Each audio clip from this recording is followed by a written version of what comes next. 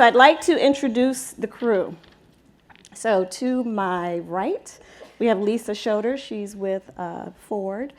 I'm going to let you talk about what you do over at Ford, but you are the U.S. Integrated Marketing and Media Lead, but that seems like a lot.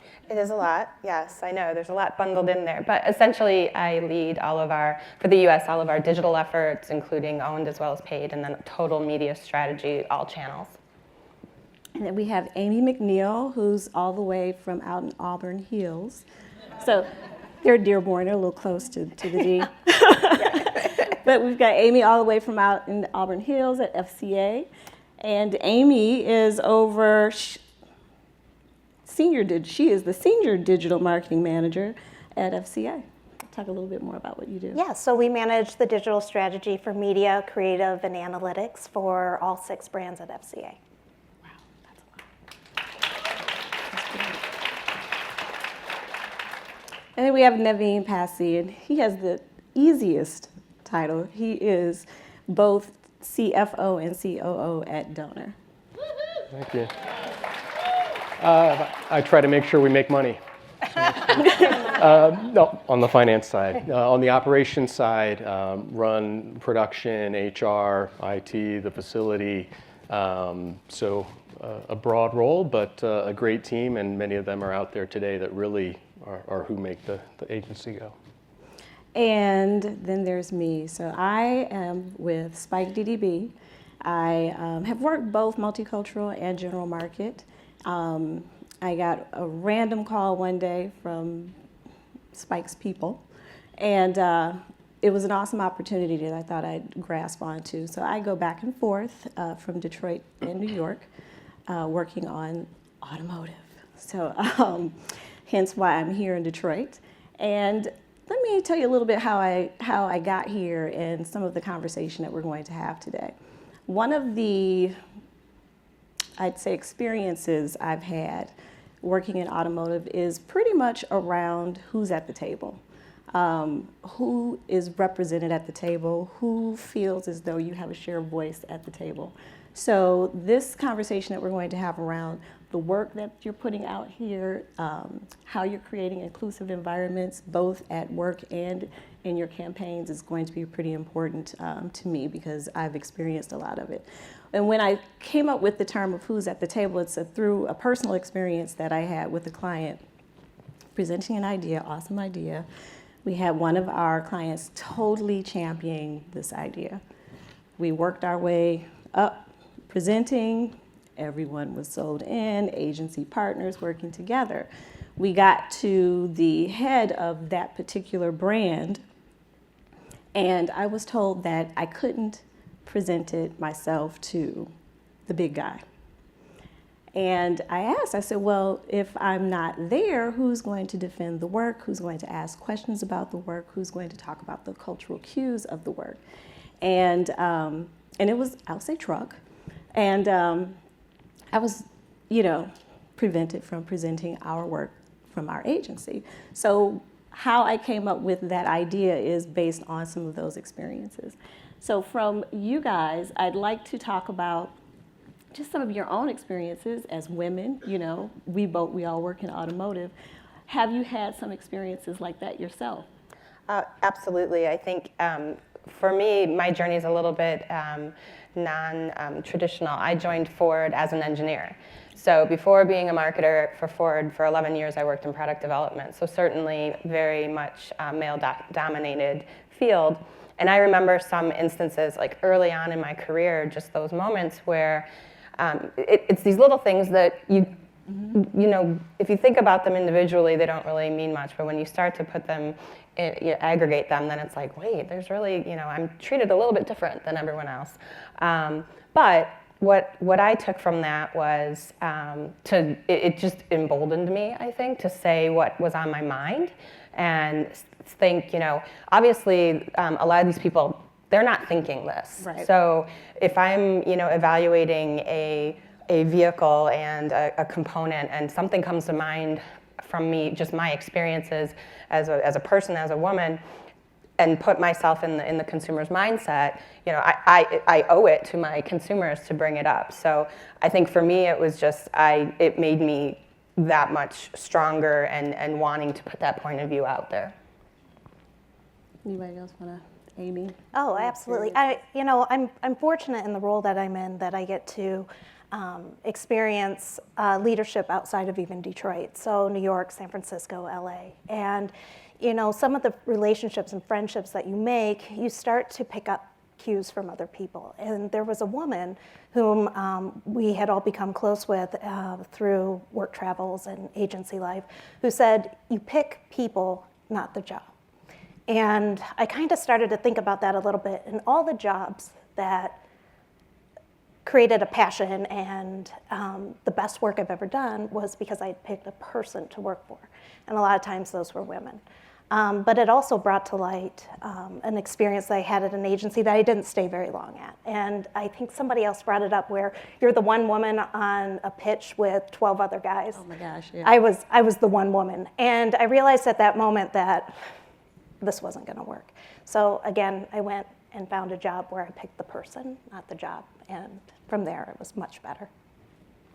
Naveed? I haven't had challenges being a woman, but I'll give you a little bit of maybe the journey of our agency a little bit and what we've been doing on this topic over the last several months. And it really started with us, as a leadership team, and you've met a lot of them today, James Ward, Eric Weisberg, Karen Cathell, and others that are out here, really thinking about, okay, where do we want to take the direction of the agency? And one of the things we identified as part of what we do every year, but it's a 3-year operating plan, is this idea of talent activism, which sounds broad and general, but within that, diversity and inclusion is a very important topic for all the reasons we're talking about today, but identifying that as part of our operating plan is important for us because, as we've heard from others, it kind of gives us that compass and North Star to say, okay, we can invest in anything, but not everything. And so this is one of the areas we've really been pushing down on to make sure that, again, for all of these reasons that we've talked about, we continue to make progress in this area. So, but instead of the leadership team, kind of doing some top-down thing, similar to what we've heard with, I think when Kevin was up here before, we did a lot of research in the agency and asked people, where are you running into roadblocks? Where is your voice not being heard? And in some cases, we've got managers and processes that work well. And in other cases, it didn't work so well. And people didn't feel like they had the opportunity to bring an idea forward, or that their ideas were being pushed aside, or that they were being taken by somebody else and put forth. And that, from a leadership perspective, is troubling because you don't want that type of environment to happen. But I think the recognition of that and also doing research outside of the agency, we had a lot of folks that went to the 3% conference in New York that came back extremely energized and were teaching me things like micro actions and ERGs and things like that. So even from one of the top positions in the company, I think we're all very open and eager to learn because there's no playbook for this. There's no exact way to do it. You have to, I think, have thoughts and opinions, but you have to be receptive to other people's thoughts and opinions on how to evolve and ultimately put the right people in the right places to push things forward. So I'll shut up in 2 seconds, but the other two things we've really looked at are, what would make the agency a better place to work, and that's really where a lot of these sentiments around diversity and inclusion have come out. And how do we make the work better? And ultimately, that's why we're here, right? It's to make our clients, FCA, along with other clients, the work better. And certainly having more diverse perspective at the table, having more voices at the table is going to do that. So that's what we've committed to doing, and I'm pleased to say we're making good progress in that regard. But you have to have uncomfortable discussions and discussions that maybe you're not proud of in some cases when you hear certain things, but that's the only way you can push things forward and get better. So I want to take something you said. You said, and I've heard it throughout the conference, if you have a great idea, you want to bring it forward, and some who are not comfortable with bringing that idea forward. What about when the idea is brought forward, and because you have this diverse perspective at the table, and someone at the table says, yeah, that's probably culturally inappropriate, or that's not something this group would do. Because we've got our leadership, and maybe there's pushback, when you have, because that's the whole purpose of having that voice. But when they provide that voice, sometimes there's pushback. How is donor navigating that? Yeah, well, I'll speak to it from, and James had brought up the diversity and inclusion committee, if you will, which started as a woman at ERG group. That group, and again, many of the folks are here today, really pushed on some things that that were surfaced to me that just being a male and maybe being in a different role and not having exposure to all of those things on a day-to-day basis there's some surprising things that happen sometimes, and I think we have to just continue to be open-minded and address things as they come, and that's all you can do, I think, in continuing to try to make progress where on any topic that you can. That's what we're committed to doing. The uncomfortable nature of that is part of this whole thing, and if you're not willing to do that, if you're not willing to step up, if you're not willing to engage in those discussions, and if you're then ultimately not willing to be supportive of folks that are trying to make the agency better, trying to make themselves better, trying to make the work better, you're not going to survive and thrive in this industry moving forward. So we're all certainly, I think, at Donor cognizant of that from a leadership team perspective. We embrace this challenge. It is a challenge, but with that challenge comes an opportunity, and that's something that we're definitely up for. So. I also heard some of, I think it was Amy, you said, I get to pick the people, when you look around the room and you're thinking, okay, we're talking to the masses, and we need to start to represent the world as we see it. When you start to look at your teams, and maybe you see your teams are, and this is your agency partners as well, you're thinking, okay, we're missing some people.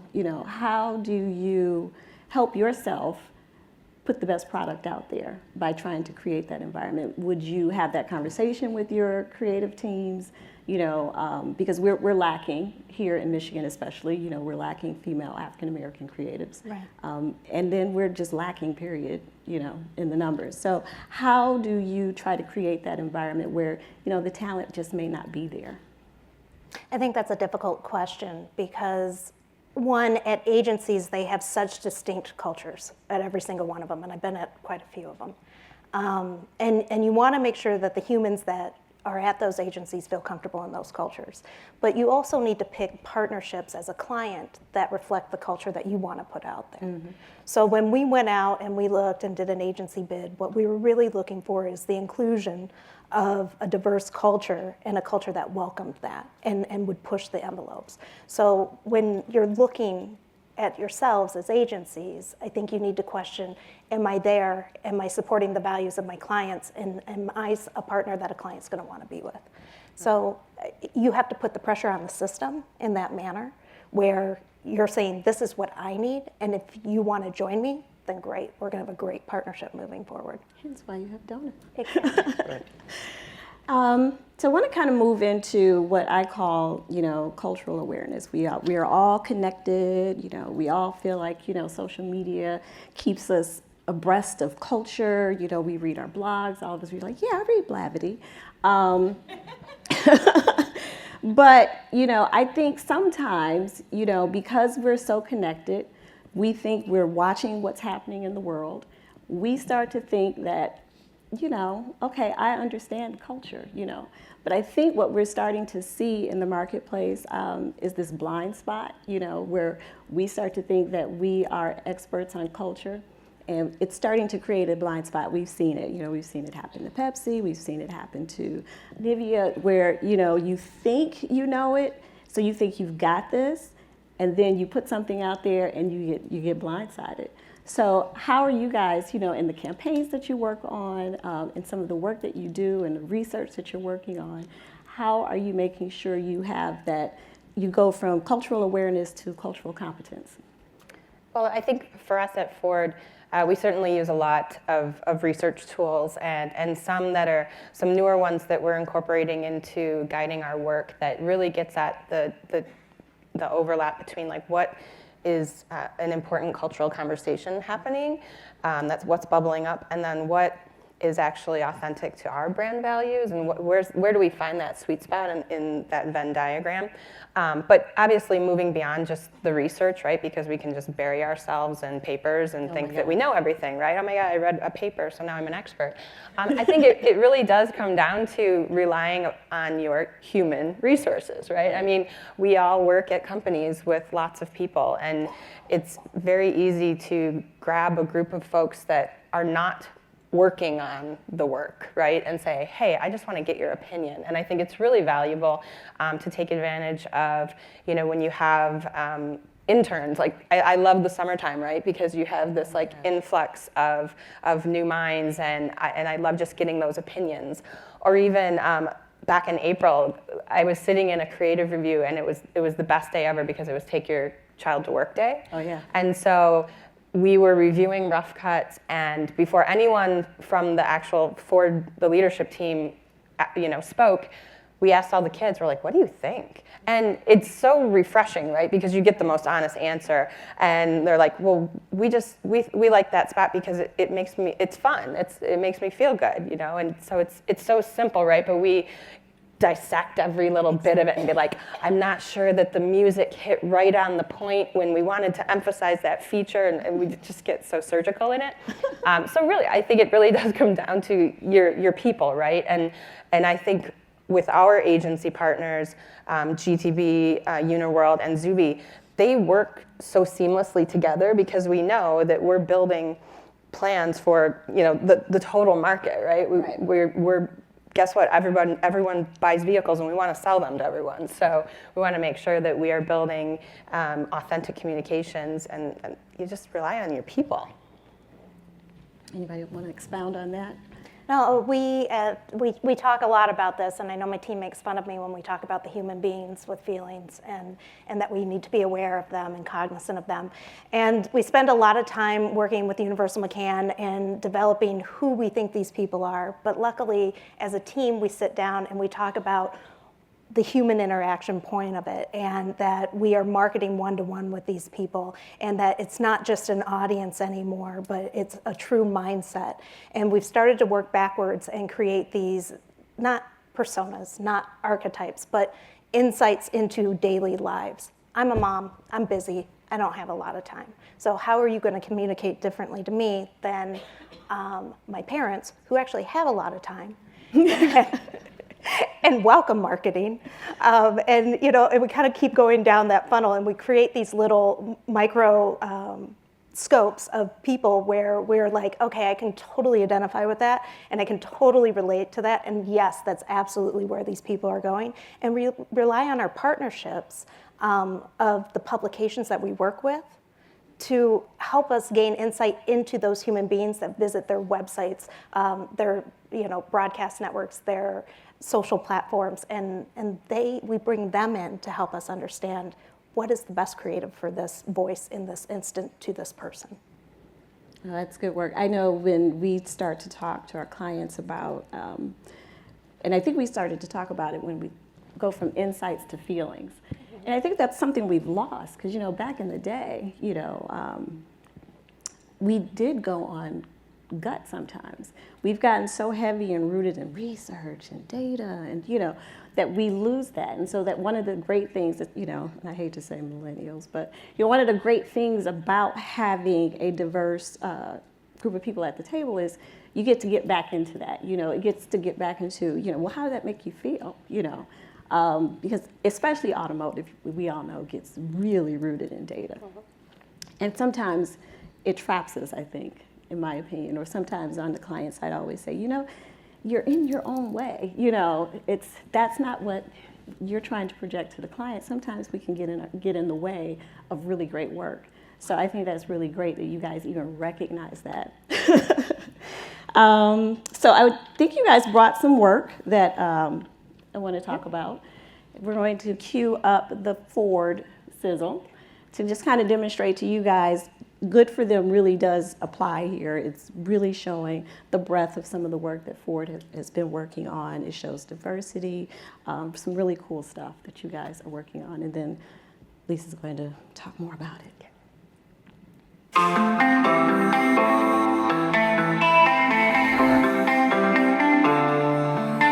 women working together more and being kind to each other. Oh yeah. I'm a professional stunt driver.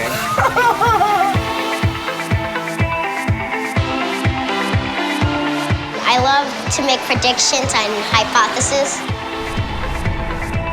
I always say the only people I never got along with were the people who already had their minds made up about who they thought I was. When you're knocked down, you get up. Now go show them how it's done. Just whip the shit out of this car.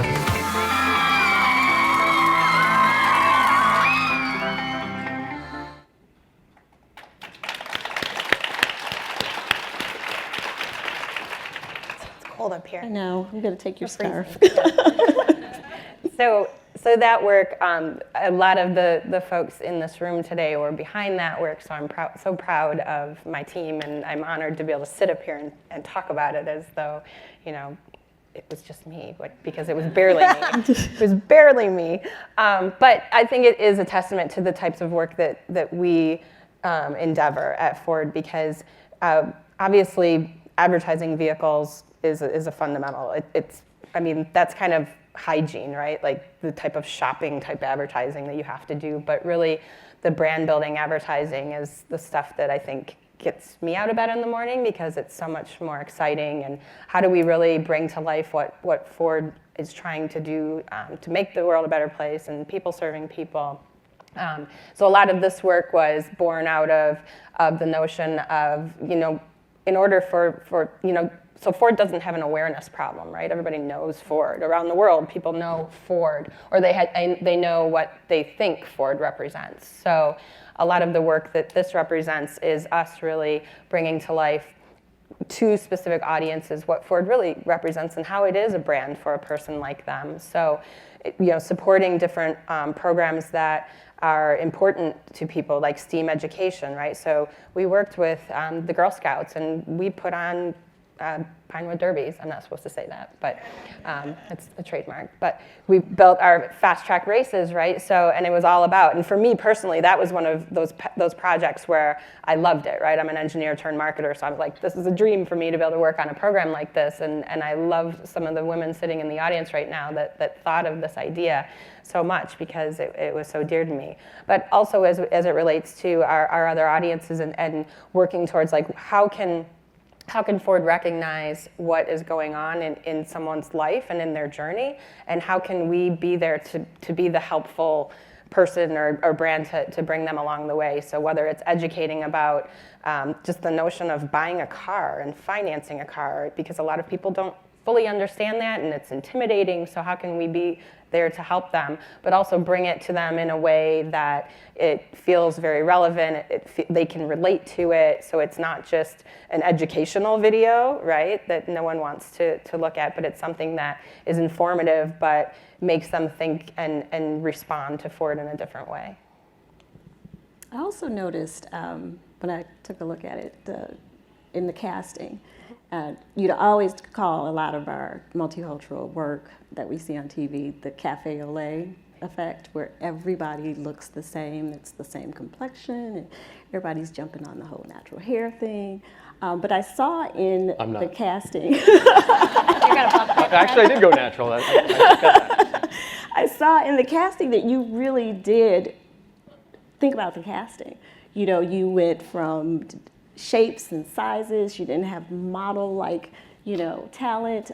So that was one of the things I recognized, because you really are appealing to all. Absolutely, yeah. And Ford is a brand for everyone, right? It's not exclusive. It's not, you know, we're not trying to say, oh no, you know, you shouldn't even look this way. It is for everyone. So we recognize and embrace that when we're talking about whether it's working, you know, with from a casting perspective, or just when we're talking about if we want to work with influencers or celebrity, like, do they have, you know, shared values? Like, what is the story that we're trying to tell, and is there that intersection of values that makes sense?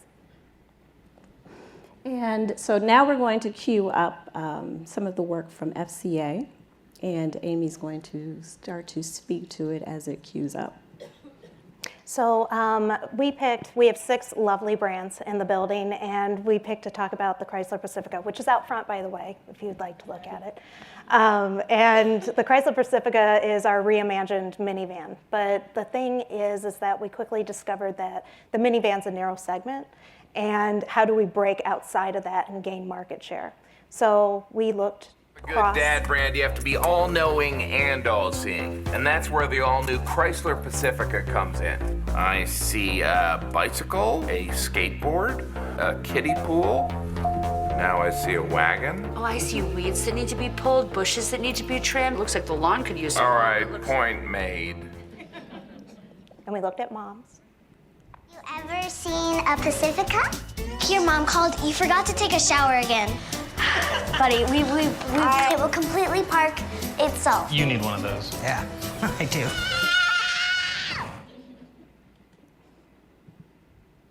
Hi, I'm Neil of the Patrick Harris's. I'm here to talk and see the new Chrysler Pacifica Hybrid. Look at that fancy car. Oh my gosh, is it a car? You'll be the most stylish mom in the all-new Pacifica Hybrid, America's first ever hybrid mini.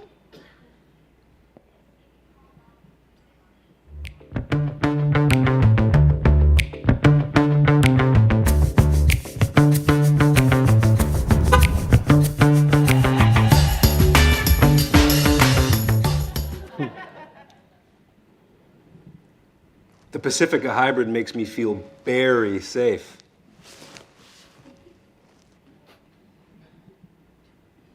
You know, this is bigger than my first New York apartment. Frisbee, do you ever do that when I'm not home? Frisbee, you kiss me with that mouth.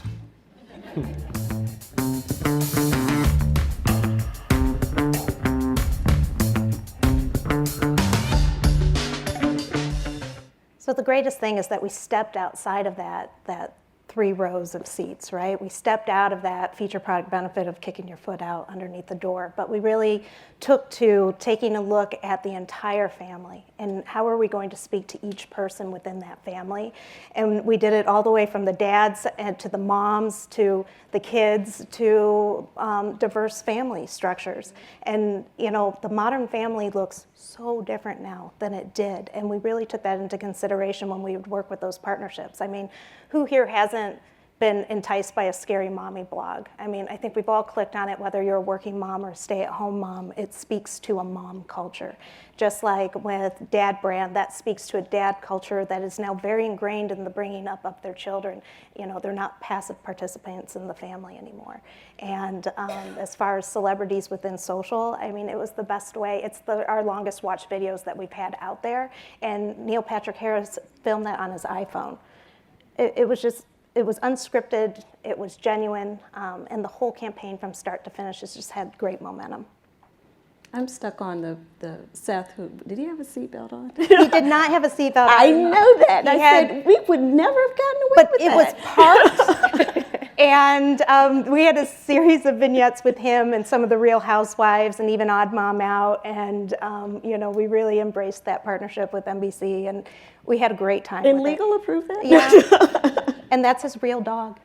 Are you serious? That is his dog. That's cool. But yeah, I got humped when you sent it over. I said, wait a minute, let me go It is back. part, Did he have the yeah. seatbelt on? Because that would have never happened. We would have been told they have to show him getting in and out of the back seat, put the seatbelt on, and so that's pretty cool. It got by legal.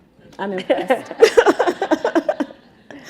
We've made friends with them, like somebody. Like else. someone said, make friends with legal. We've So made for very close for friends a with lot them. of I see the some of my students, team members who I've sent up there with begging.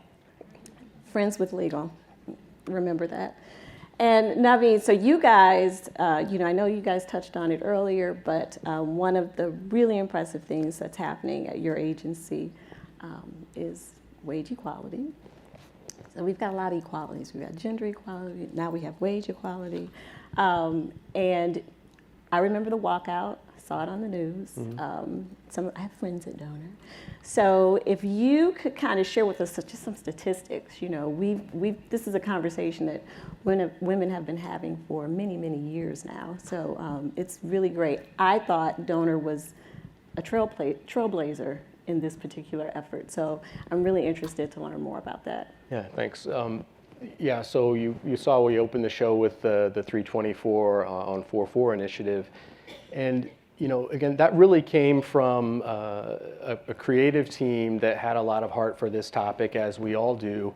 And it was a great day for us taking that step to, and certainly we got some publicity out of it, which is nice, but I think the agency rallied around this topic of wage equality, and the walkout symbolized that. But to me, as important, if not more important, is the action we're taking behind it. So we're doing a third-party wage audit, which will ultimately get us to a point of me being able to sit up here and tell the world that we are an agency that pays equally, regardless of gender, ethnicity, experience. They look at many facets of your employee base. And as a leadership team, again, it was important for us to be able to take a stand and say, not only just with a walkout, but with the action behind it, to make sure that we're paying equal work for equal pay for equal work. So.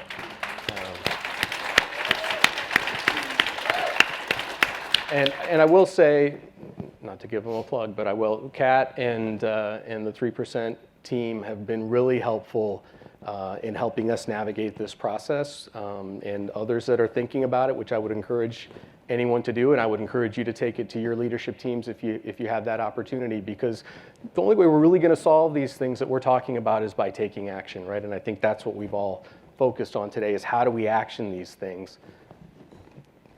This is our step, at least taking a first step to hopefully show the industry, show Detroit, and show others that we're serious about this topic, and we're going to make sure it's addressed for our organization, and hopefully others will follow suit. Good stuff. So I want to start to talk about, we talked about who's at the table. And we also talked about like bringing your whole self, so, we're all diverse up here. And I'm interested and curious about instances or times where you felt like you couldn't bring your whole self to the table or to the office. I've had a gazillion experiences where I have to hold back, some of that black girl magic I can't always bring to the table. So, just if you guys could share that, especially for a lot of our students, because it's the thing, especially in automotive, it's conservative, it's challenging, and, you got to know when to leave some of yourself at the office or when you can bring some of yourself. So if you guys could share some of those experiences, that would be great. So for those who know me, I don't do a good job at this, because kind of what's in here comes out of the mouth. But I think it's all, are you being productive or difficult, right? If you truly believe in something and you're speaking to a group of people who are not, or just have the blinders on, and they're not necessarily based upon their experiences, their life, they maybe wouldn't ever have these thoughts in their mind. I think we owe it to to ourselves, to the work, to our brands, to raise our hand and say, well, time out, this is what I'm thinking about this. And it should always be, again, in a productive way, to say, well, maybe if we just did it like this, we might avoid these consequences. And I think it's a reality, especially in advertising today, that if you misstep, you're going to get called out on it, right? And we can't always foresee the future and those missteps, but when we do get those gut feelings, I think that we owe it to our brands to voice it. Yeah, I agree with that, because a lot of times I sit with my team and we talk a lot about the dynamics in our building. And it's no secret that automotive's a high pressure situation. We are held to every day to a sales quota and a volume and metrics, and that they live, breathe, eat, sleep these metrics, right? But in marketing and advertising, we're watching a consumer evolution that doesn't quite match with the metrics that we've all been looking at. So a lot of times that causes some tension in the room when you have brand teams and you have advertising teams and you have your own marketing teams. And I've come from an agency environment. I've hired a lot of agency people, and it's hard because when you're used to growing up in an agency, you're used to being able to voice your opinion. And when you work within a corporate structure, it's about gaining consensus. And that's the thing we talk a lot about, is seeing their point of view, having your own point of view, and bringing that consensus to the table and helping people understand a different viewpoint. And you're not always going to win, but you shouldn't back down because someone tells you no. You keep coming back with the points of view that help build that case and then build eventually consensus. And I know it's a difficult thing to do because, again, it's a high pressure situation at all times, and you're making moves and decisions daily that are going to affect your bottom line. But I think if you can walk in with the mindset that you're not always right and they're not always wrong, you'll start to inch towards that understanding, and that's what we always seek to do on our team. I try to bring my brown guy magic every day, but I bring it most days, I think. Well, I'll speak to, so I have a lot of women, great women that report to me. Again, many of them are here, and the way I try to manage the dynamics of the team is my expectation, and they wouldn't have it any other way, is that they're bringing thinking forward. They're bringing great ideas forward. They're pushing the agenda forward. I can help guide and hopefully help grow them as well and as much as they're growing me. But that should be the baseline expectation of every manager, you hope, is that you've got a team that's not going to feel stifled or not going to feel that they can't voice their opinions. Again, that's what makes organizations and teams great and much better functioning. So that's the type of environment, again, that I try to create as a manager. But I'll tell you, if I tried to do it any other way, I wouldn't have much luck. These guys are tough, they're intelligent, and they bring it, and that's what we want as an agency. That's awesome. So I've been told we only have a few minutes, so we're going to open up to Q&A. So if we have any questions with regards to the work that Ford's working on and FCA they're working on, or just some experiences in automotive, feel free to raise your hand, or everyone's tired. Am I on? You said at the beginning of the session that you were asked not to present to the big guy. Can I ask what happened with the work? It didn't live. The client himself said, I'm going to take it into this closed door room and I'm going to present it. And it didn't live. So the more junior client who just had championed us the whole way was really disappointed. And when I tried to get the feedback, like, what happened, or, do we need to tweak something? It just was, and it, like I said, it was a truck client. And, yes, we are, oftentimes I am the only one. I'm so used to that, it doesn't even bother me anymore. But oftentimes I'm the only one. But no, it didn't live. Any other questions? Hi, so quick question. I've noticed probably within the last couple of years, the new wave of social influencers marketing Chrysler cars and Ford cars on social media.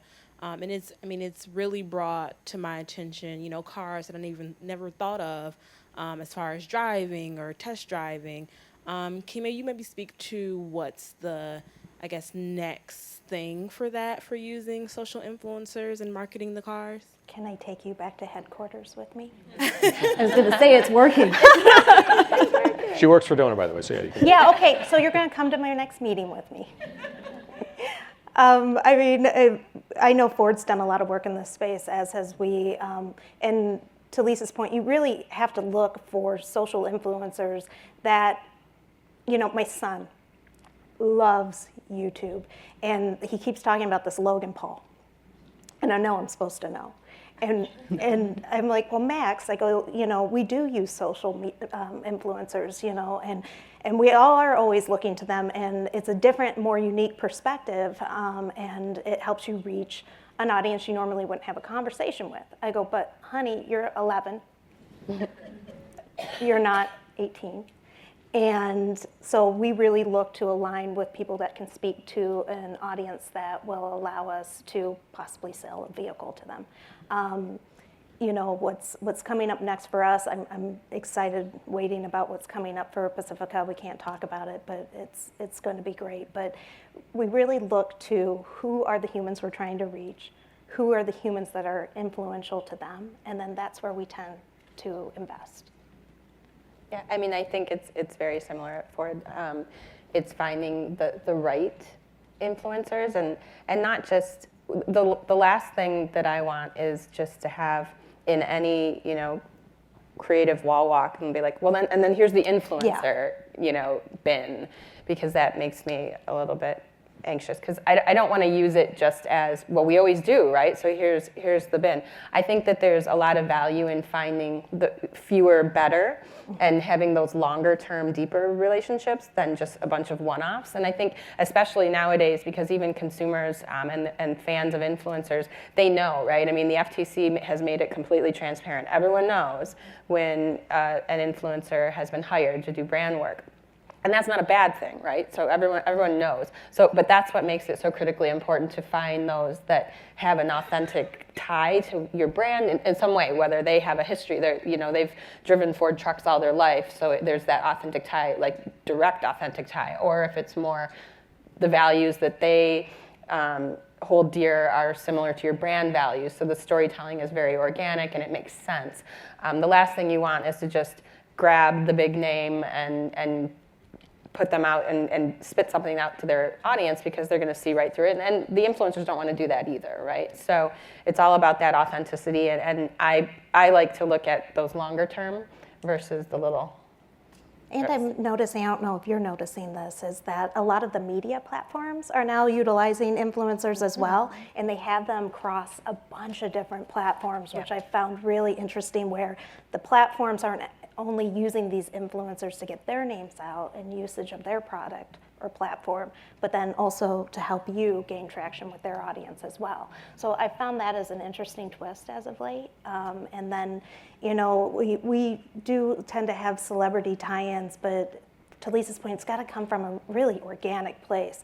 We're on Fast and Furious 8 with Dodge. I mean, that is us. And that is what Dodge is about. And from that fell the Vin Diesel relationship that then allowed us to extend to his social platforms. So, we do niche things, but then we do find those relationships that's a movie tie-in that goes to a campaign that then extends the day after, right? And that was what was great about some of the Bravo and the Seth Meyers things, is that those people are on late at night, but then they live on the next day in different snippets and content creation, and we can latch on to that and we can become a part of that. This is actually primarily directed at you, Mr. Passy. So my dad here? Naveen. So there's an 80%, on average, the 80% to 100% for the pay. Now, payroll works with a budget. You can't just give people more money and not take it from somewhere else. How is it actually being accomplished to even out the budgets? Yeah. Or even out pay? Great question. So we're in the initial gathering stages, I guess, on the company, the third-party company we've hired, pulling all the data together. The agencies we've talked to that have gone through this, which there have been a handful, have usually taken a 1 to 3 year time horizon. For us, it's let's do it as quickly as possible. You'd like to do it all in the next payroll cycle. I think we'll see if there are any disparities, how big they are. But we're committed to doing this. We're committed to doing it quickly. We would like to get it done within a year. And once the data comes back, we'll be able to better formulate that. But to your point, we are still managing a business, and that means if you're going to correct these things, which we're doing, but it's a strategic imperative for us, that means potentially we're investing less elsewhere. But for me, it's a no-brainer, because we're just investing and reinvesting in our talent, which for an agency and really any company is your most important asset. So the budget stuff will work itself out, I think. But this is a platform and just the right thing to do for us, and the leadership team, I think, wholeheartedly is aligned on that. So you either take less margin, which our holding company wouldn't like, but maybe you do that.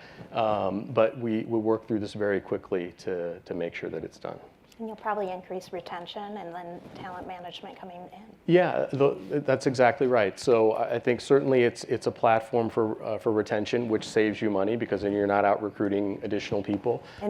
You're also then with this type of focus and the other things we're doing around diversity and inclusion, which I haven't really touched on. Hopefully that's an attraction for folks to come to the agency, and hopefully that's an attraction for folks to hear what's happening in Detroit, maybe that's a little different from other areas, and start, for the collective benefit, bringing other people into the city. So you can look at ROI, and certainly I have to look at ROI for anything you can measure, but as kind of been echoed before, some of these things are just common sense, and they're just the right thing to do. ROI will take care of itself down the road. So that's the direction and focus that we have for this. Great question. And that's going to conclude our panel. We're going to wrap up.